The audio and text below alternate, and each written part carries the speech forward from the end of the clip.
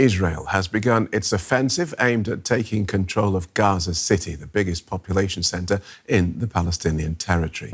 The IDF has declared the city a combat zone and says it's ending the tactical pauses that allowed humanitarian aid to enter the area. Israel is pressing ahead with the operation despite international condemnation. Around 1 million Palestinians are living and sheltering in Gaza City. Many now face being displaced again. Let's get more from our correspondent Tania Krämer in Jerusalem. Welcome, Tania. Initially, Israel said it wouldn't expand operations before evacuating civilians from the area. What are we to make of the fact that this is now happening while civilians are still there? Well, it's clearly another horrendous situation for the civilian population who have not been really protected throughout the 2 years of this war. And what it means now, as you said, this is the largest city, Gaza City. You know, it's the heart of the Gaza Strip, basically. And many people have been forcibly displaced already also within Gaza City. You know, those people from the northern and the eastern areas. Now, we're talking about an estimated 1 million people that are in Gaza City. Most of them already more towards the western side of the city, and we've been talking to in recent days with people, and they said shelling and airstrikes, you know, have been intensifying in recent days. What we also are seeing videos coming out of the area with you know, explosions and where we see artillery and shelling. Also, many homes have been destroyed, according to Palestinian human rights organizations. And you know, people are saying they don't really know. I mean, some of them are leaving because they feel really they have no other choice, if you can even talk about a choice. But some people are also saying we don't even know where to go anymore. Transportation is for many unaffordable as well to go somewhere, and you know, where to go in a place where the Israeli military now is controlling over about 80% of the Gaza Strip. So you know, people are just not quite sure, and in a very difficult situation with while some more aid is still trickling in, and a bit more in recent days, still many are under the risk of starvation, and now again of forced displacement, of course, and the dangers of constant bombardment. Israel also announced that it has recovered the remains of 2 Israeli hostages from Gaza. And what more can you tell us?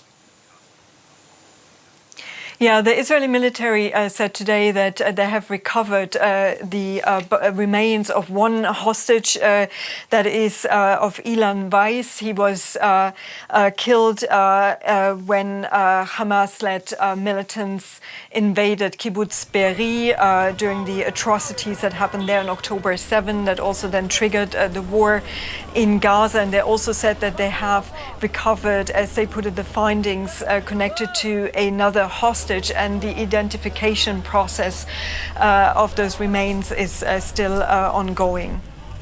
And how is the Israeli public reacting to today's announcement of this surge in activity in Gaza City? Well, I mean, first of all, I think here the major news and the main news was the recovery of the bodies and the remains. I think, you know, we heard from the hostages family forum that represents many of the hostage families. They said it's a very sad day, but also brings some closure.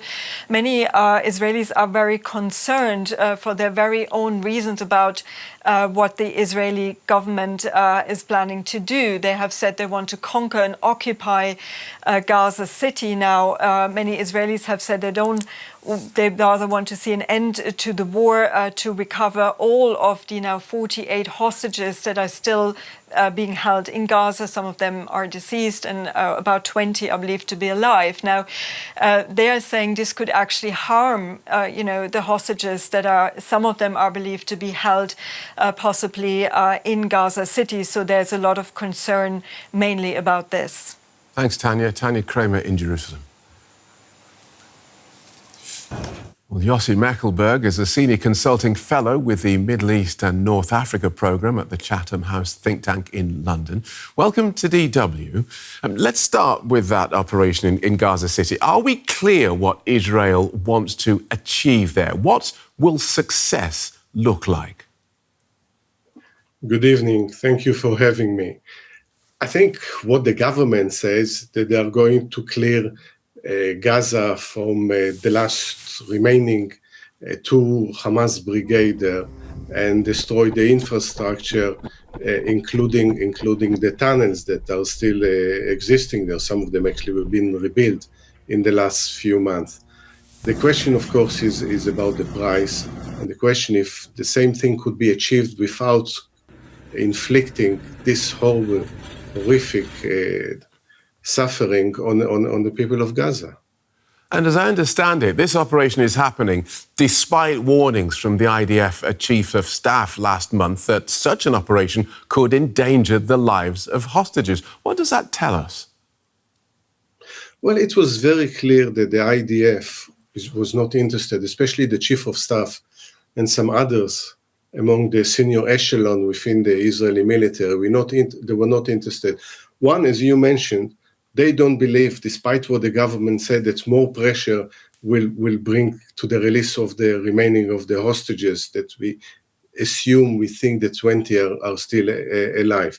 But according to Lieutenant General Zamir, it will just put them in further danger. This is one thing. We also saw that in the past, most of the hostages were released as a result of a ceasefire, of diplomatic effort. But there is, on the one hand, there is a rift, perceptual rift between the Israeli government and the IDF. But the IDF, at the end of the day, when the government 2 weeks ago decided on this operation, they are in charge of coming back with the plans for it. And as we can see, they're already executing that. But it's also not only, it's one aspect is the hostages. Then it's also the reputation of Israel that anyway, it's an all-time low as a result the way it fights in Gaza. But also it's the risk of a military that's already 22 months in such a war. It's a military that relies either on conscripts but mainly on reservists, the fatigue.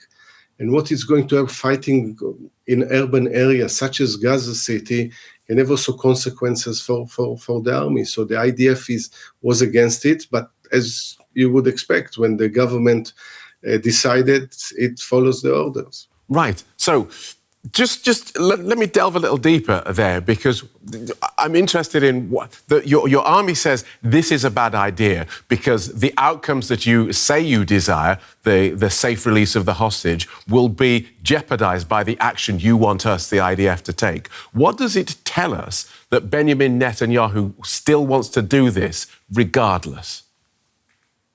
So you can take two views on this. One, at the end of the day, there is an elected government, and they make the decision, and the military either follows or, the chief of staff, if decide that it goes against everything that is in professional judgment is wrong, can also resign. That's one thing. The other thing is we know that Netanyahu and his government have also ulterior motive, especially Netanyahu. He faces corruption trial.